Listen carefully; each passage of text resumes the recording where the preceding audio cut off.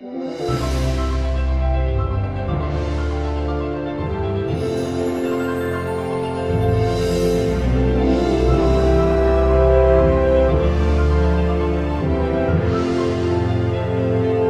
goes with what we do, which is to have a reasonable battery of skills that enable you to try and decide what are lies and what aren't. We formed our organization, the Center for Investigative Journalism, because everything had stopped. There was almost no investigative reporting left, particularly in Britain, where we were. Amnesty, Human Rights Watch, Greenpeace, they're the ones financing now investigative reporting on a very large scale, and often, not always, but often at a very high standard. Well, it was really amazing. For me, it was the best training I've ever had. And I'm so surprised because, well, I thought it was going to be good, but it's even more, much more than I expected. He was a supporter of a very weak right-wing government, and he was suspected of fraud. Documentary film festival in Ihlau. The people who sell their votes. So I just went in this Roma district. So what happened? I'll show you not my investigation, but my piece of camera on the elections day. Победено в цялата страна, тъй като ни бяха обещани гласове, както ви казах, не само в победа, в цяла България. They worked the system until 2005, and after that, the Asians took over the market, and they still ruling this match fixing. I'm coming from Romania. We are a developing country. We want to get the better journalists in our country. So the contacts that I have made and the courses that I've received, the information, the amount that I receive in these days, it's making me much richer in information. So if I'm richer in information, I'm more powerful. And I'm powerful to do the right thing in journalism for the future. But in the UK, significantly seen as dishonesty, seen as corruption. Technically corruption? No way. But if the public thinks it's wrong, it becomes corruption. And that incompetence is causing lots of problems. So do you just ignore that incompetence because you know about it in a long way? It's a difficult balance. I think, as you imagine, with an ambulance, it's the response time can be the lifting. And what I've tried to do is pull examples from all over the world just to show that there is data everywhere. It was a very good opportunity to show how to use data in journalism and how to use statistics. There are no journalists in Czech Republic who do data journalism. There is one team just in some online web sites who is trying to do it, and we have a great opportunity to learn a lot about what is data journalism and how it can help us with our investigative topics.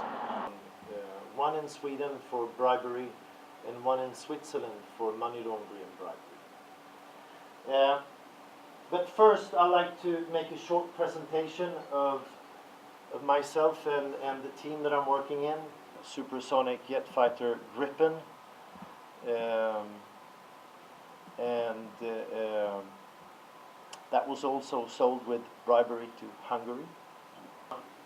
He declares that TeliaSonera will become the biggest telecom operator in Uzbekistan. On his right side, or on the right side of him, I think it was fantastic because it made us remember why we are journalists, and maybe we will not be able to make investigative journalism, but the facts and the stuff we have heard, it's always necessary for our daily work. So I would like to try to make a little team of investigative journalists, but if it's not possible, we can apply everything we have heard in our daily work. The communication between the participants has been marvelous, and I've learned a lot just by understanding how, get to know how other people are working and the circumstances under which they work, and also the similar problems and questions that we're all facing, actually. and that's been the best part. It's been surprisingly interesting, and it's been joyful in many ways. We are doing this operation 8 days before publication. Our program is aired on Wednesdays, and we do this line by line Monday or Tuesday. And some reporters, they see this, like a kind of a fight against the editors. And the editors of this Devil's Advocate is there, of course, and the editor of the team is there, and sometimes facts, verify everything. Conclusions, examine the ground of the conclusions. And third, allegations, check the response. 1, 2, 3. Looking at the Swedes, I thought were brilliant. Both the practitioners who were speaking from a group called the Troika, who do very high quality investigations in Sweden, to their boss, who came and spoke about the nature of fact checking and journalism in general, about what you have to do to maintain very high standards of accuracy. And I think a lot of people, you could have heard a pin drop in there, because everybody knew how important it was, what he was saying. So I mean, that was all very useful for me too. It was terrific. It's been a fantastic opportunity to meet like-minded journalists from all across Europe. I mean, where else can we find an opportunity like this that's been given to us by CIRCOM? It was far more than acquiring technical skills. It went far beyond that. It was really understanding the spirit of being an investigative journalist. Investigative reporting is demanding very much resources, it's costly, but I don't think that's the major point.